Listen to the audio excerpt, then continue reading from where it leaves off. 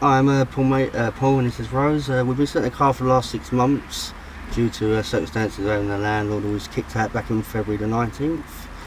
The way we've been sleeping is rough, it's been scary, we had nights of thunderstorms and we've been out there thinking we've been struck by the car. Basically we've been trying to get a place for the last couple of months and tried our best to get help and that, but we just didn't know where to turn, where to help and that. Family members have helped us to a certain extent but couldn't do it all the time. Was getting under each other's feet, as you can imagine. Things were told to go to certain places, couldn't do that. So me and Rose decided the plans of going to places where we're safe, secure, like Kilmont Gardens and Dagenham. We actually stayed over places like in obviously Rayful Parks in Collier Row, places that Rose knew that would be safe but secure. And this idea of putting this up was my idea, because I didn't like people looking at it while I was asleep. But that's why I got the black bags, and then what I did, blacked it out with the covers and that to make it more homely.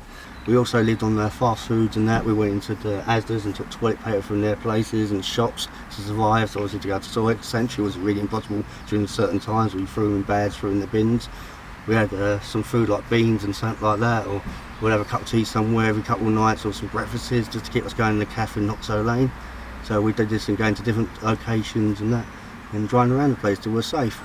I want to know the reason why people like this in that situation. You see people on the streets with one leg or something, you wonder why they're out there. The reason why is because obviously Havering got nowhere. So this is where they've got to look at themselves and basically change the rules.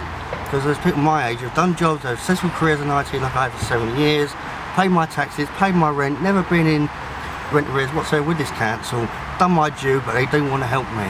So this is how I feel disgusted by the system and discriminated really, but if that's what they got to do, that's what they've got to do. There's nothing I can do about it. As a 35-year person, if my dad would be around, my granddad would be around, he'd be disgusted by the way things are today. He fought the war for a country that doesn't want to do to help their own fellow Englishmen, which is true. Basically, what could we have done? We tried everything we could. We went to different places, went to different boroughs, went to different councils like they told us, but we had the same scenario no matter where we went. It's pretty hard to get on anyone's list. But we managed to sustain a healthy diet while we was there. It wasn't really obviously the solution we needed, like a microwave or put to our food. That's how we managed to get it so far, but I could do it forever. Mainly, some of the places I want to recommend to stay in is Oxford Lane car park. It's very open, there was garages there, people during the night doing different noises, pretty scary. There's other places like in Dagenham, like in where you live near Sturry Road, you live in the car park there in Dagenham, that's pretty bad, that's rough. Some places in Collier weren't too bad. The country park there weren't bad to stay because there was people opposite in the asses and it was very quiet, wasn't it, Rose? But we couldn't stay there because basically people were clicking on, we're staying there. It could have been that we'd been a nuisance, police could have been called. So we actually tried and stayed in Stratford one night. That was a bit eerie as well because there was quite a few anonymous people walking around, the types that you wouldn't get out of the car looking at you, wondering what you were doing. So that was a bit obvious, so that's why we had to keep moving to place to place to keep the peace between people, residents. But apart from that, we managed to do it so far and put it off, but we couldn't do this forever. We needed a place pretty urgent, but obviously it took so long and we didn't have the answers we were looking for.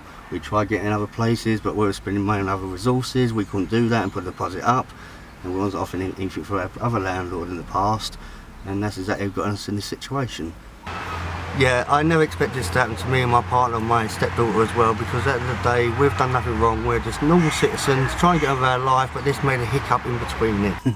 It was an experience I'll never forget, let's face that. That was it, it was just like a Bonnie and Clyde story, really. It was livable for a little while. It was the only place we had to live in, to be together, basically.